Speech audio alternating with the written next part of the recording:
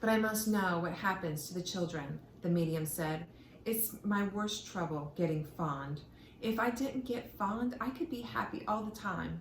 Oh well, ho-hum, I manage to get pretty jolly, and a little snooze will do wonders for me right now. Goodbye, everybody. And her words got lost in the general buzz of a snore. Come, Mrs. Witch ordered, and they followed her out of the darkness of the cave to the impersonal grayness of the medium's planet.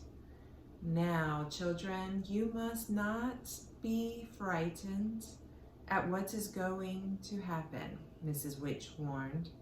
Stay angry, little Meg, Mrs. Whatsit whispered. You will need all your anger now. Without warning, Meg was swept into nothingness again. This time, the nothingness was interrupted by a feeling of clammy coldness, such as she had never felt before. The coldness deepened and swirled all about her and through her, and was filled with a new, strange kind of darkness that was a completely tangible thing, a thing that wanted to eat and digest her, like some enormous, malignant beast of prey. Then the darkness was gone. Had it been the shadow, the black thing? Had they had to travel through it to get to her father? There was the by now familiar tingling in her hands and feet and the push through hardness, and she was on her feet, breathless but unharmed, standing beside Calvin and Charles Wallace. Is this Camazotz? Charles Wallace asked as Mrs. Whatsit materialized in front of him. Yes, she answered. Now let us just stand and get our breath and look around. They were standing on a hill, and as Meg looked about her, she felt that it could easily be a hell on earth. There were the familiar trees she knew so well at home, birches, pines, maples, and though it was warmer than it had been when they so precipitously left the apple orchard, there was a faintly autumnal touch to the air. Near them were several small trees and reddened leaves, very like sumac, and a big patch of goldenrod, like flowers. As she looked down the hill, she could see the smokestacks of a town, and it might have been one of any number of familiar towns. There seemed to be nothing strange or different or frightening in the landscape. But Mrs. Whatsit came to her and put an arm around her comfortingly. I can't stay with you here, you know, love, she said. You three children will be on your own. We will be near you. We will be watching you. But you will not be able to see us or to ask us for help, and we will not be able to come to you. But is Father here? Meg asked tremblingly. Yes. But where? When will we see him? She was poised for running, as though she were going to sprint off immediately to where her father was. That I cannot tell you. You will just have to wait until the propitious moment. Charles Wallace looked steadily at Mrs. Whatsit. Are you afraid for us? A little. Okay, so let's go back to propitious. That means favorable or good chance for success. So it's probably a new word for you. And just would like for you to take a moment to try to remember that and use that in your future speaking or writing, and then so you will understand it next time you see it. But if you weren't afraid to do what you did when you were a star, why should you be afraid for us now? But I was afraid, Mrs. Whatsit said gently. She looked steadily at each of the three children in turn. You will need help, she told them, but all I am allowed to give you is a little talisman. Talisman is an object with magic powers or used for good luck. Calvin, your great gift is your ability to communicate with all kinds of people. So for you, I will strengthen this gift. Meg, I give you your faults. My faults? Meg cried. Your faults. But I'm always trying to get rid of my faults. Yes, Mrs. Whatsit said. However, I think you'll find they'll come in very handy on Camazotz. Charles Wallace, to you, I give only the resilience of your childhood. And I like that word, resilience. I like the way it sounds, and I like what it means. It's the ability to recover quickly. It's toughness. And we get resilience from learning new things, having new experiences, growing, and challenging ourselves. Resilience. From somewhere, Mrs. Who's glasses glimmered and they heard her voice. Calvin, she said, a hint. For you, a hint. Listen well. For that he hath a spirit too delicate to act their earthy and abhorred commands. Refusing their grand hests, they did confine him by help of their most potent ministers, and in their most immitigable rage into a cloven pine, within which rift imprisoned he did painfully remain. Shakespeare, The Tempest.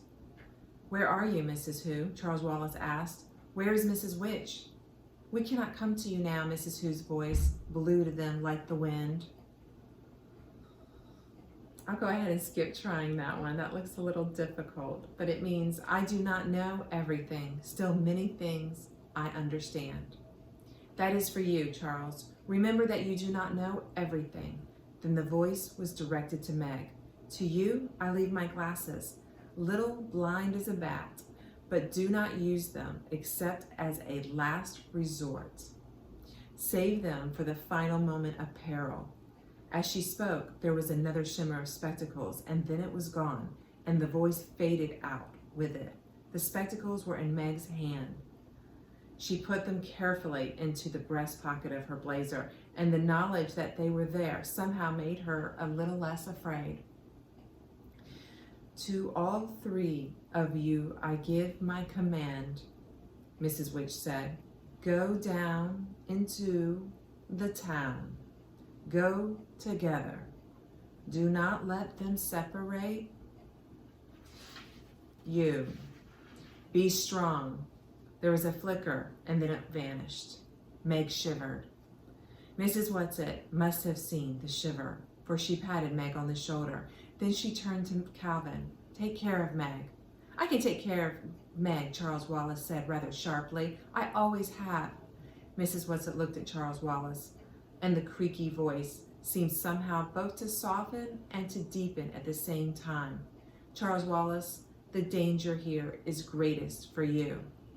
Why? Because of what you are. Just exactly because of what you are, you will be by far the most vulnerable. You must stay with Meg and Calvin. You must not go off on your own. Beware of pride and arrogance, Charles, for they may betray you. At the tone of Mrs. Whatsit's voice, both warning and frightening, Meg shivered again, and Charles Wallace butted up against Mrs. Whatsit in the way he often did with his mother, whispering, Now I think I know what you meant about being afraid. Only a fool is not afraid, Mrs. Whatsit told him. Now go. And where she had been, there was only sky and grasses and a small rock. Come on, Meg said impatiently. Come on, let's go. She was completely unaware that her voice was trembling like an aspen leaf. Now that there is an example of a simile. That is, she was completely unaware that her voice was trembling like an aspen leaf. That's comparing two things by using like or as, a simile. It's one of the figurative languages that I was hoping that we'd pick up along the way. She took Charles Wallace and Calvin each by the hand and started down the hill.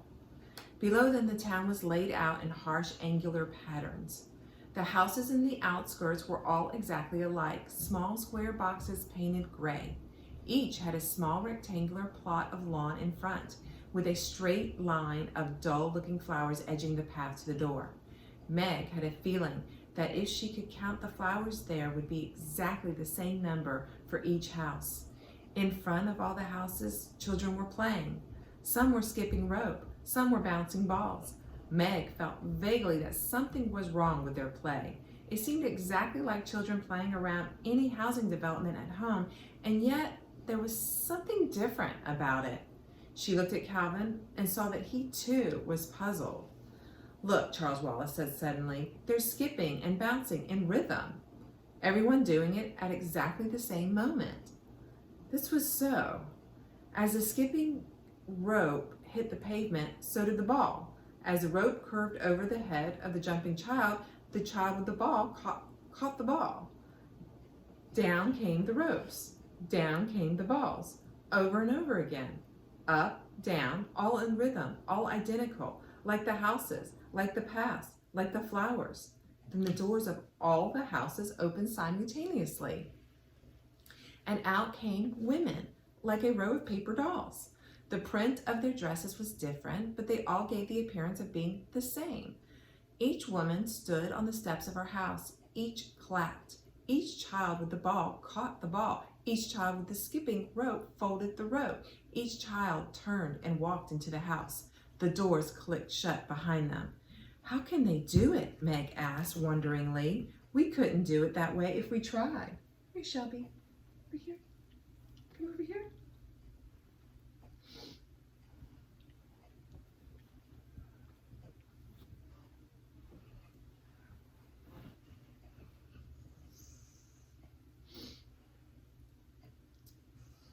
What does it mean? Let's go back. Calvin's voice was urgent. Back? Charles Wallace asked. Where? I don't know, anywhere. Back to the hill, back to Mrs. Whatsit, and Mrs. Who, and Mrs. Which. I don't like this. But they aren't there. Do you think they'd come to us if we turned back now? I don't like it, Calvin said again. Come on. Impatience made Meg squeak. You know we can't go back. Mrs. Which said to go into the town. She started on down the street, and the two boys followed her. The houses, all identical, continued as far as the eye could reach. Then, all at once, they saw the same thing and stopped to watch. In front of one of the houses stood a little boy with a ball, and he was bouncing it, but he bounced it rather badly and with no particular rhythm, sometimes dropping it and running after it with awkward, furtive leaps, sometimes throwing it up into the air and trying to catch it. Okay, so I'd like for you to try and think about what the word furtive means. I'm going to go ahead and let you guess and maybe later look it up, or just go ahead and use an educated guess by the context clues. And just want you to start getting an idea of how to move along when you read words and assume you may know what it means, and maybe sometimes check to see if you're right. But a lot of times you just keep the flow and the tone and the feeling, and you can understand what that word means without knowing the exact definition. The door of his house opened and outran one of the mother figures. She looked wildly up and down the street, saw the children, and put her hand to her mouth as though to stifle a scream, grabbed the little boy and rushed indoors with him. The ball dropped from his fingers and rolled out into the street. Charles Wallace ran after it and picked it up, holding it out for Meg and Calvin to see. It seemed like a perfectly ordinary brown rubber ball. Let's take it in to him and see what happens, Charles Wallace suggested. Meg pulled at him. Mrs. Whatsit said for us to go on into town. Well, we are in the town, aren't we? The outskirts, anyhow. I want to know more about this. I have a hunch it may help us later. You go on if you don't want to come with me. No, Calvin said firmly. We're going to stay together. Mrs. Whatsit said we weren't to let them separate us. But I'm with you on this. Let's knock and see what happens. They went up the path to the house. Meg, reluctant, eager to get on into town. Let's hurry, she begged. Please. Don't you want to find Father? Yes, Charles Wallace said, but not blindly.